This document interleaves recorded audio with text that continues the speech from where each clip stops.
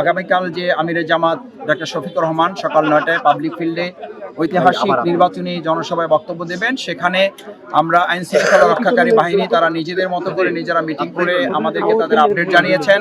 আমাদের সাথে তাদের সার্বক্ষণিক যোগাযোগ রয়েছে, ওনারাও যোগাযোগ করছেন, আমরাও যোগাযোগ করছি। আমরাও আমাদের অভ্যন্তরীণ শৃঙ্খলা সহ নিরাপত্তা বিভাগ আছে, সেই বিভাগের আমরা প্রস্তুতি গ্রহণ করছি। আমরা এখন পর্যন্ত আশা করছি যে এ ব্যাপারে তেমন কোনো সমস্যা হবে না। তবে গত দুদিন আগে আমাদের উপজেলা অফিস কার্যালয়ে যে একটা অনাকাঙ্ক্ষিত অভিযান পরিচালিত হয়েছে বাউফলের ওসির নেতৃত্বে, এবং সেখানে ছাত্রদলের বাউফলের আহ্বায়ক সেখানে উপস্থিত থেকে তিনি এটা পরিচালনা করেছেন। এই ব্যাপারে বাউফলবাসীর মধ্যে তীব্র ক্ষোভের জন্ম নিয়েছে যে এই ওসি থাকাকালীন সময় নিরাপত্তা বিঘ্নিত হওয়ার সম্ভাবনা রয়েছে, এবং তিনি কোনো একটা দলের হয়ে যেহেতু কাজ করছেন, সুতরাং আরেকটা দলকে তিনি নিরাপত্তা দিতে পারবেন বা বাউফলবাসীকে তিনি নিরাপত্তা দিতে পারবেন, এটা বাউফলবাসী মনে করে না।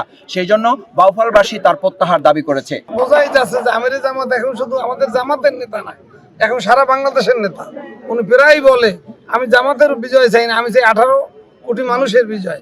অতএব তার জন্য শুধু জামাতের লোকজন, সর্বস্তরের লোকজন কালকে এসে উৎসব মুখর পরিবেশে আমাদের সহযোগিতা করবে।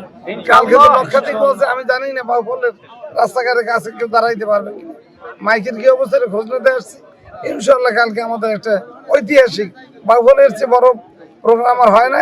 আশা করি কালকে যাবো, যা হয়েছে তার চেয়ে সর্ববৃহৎ প্রোগ্রাম হবে আগামীকাল।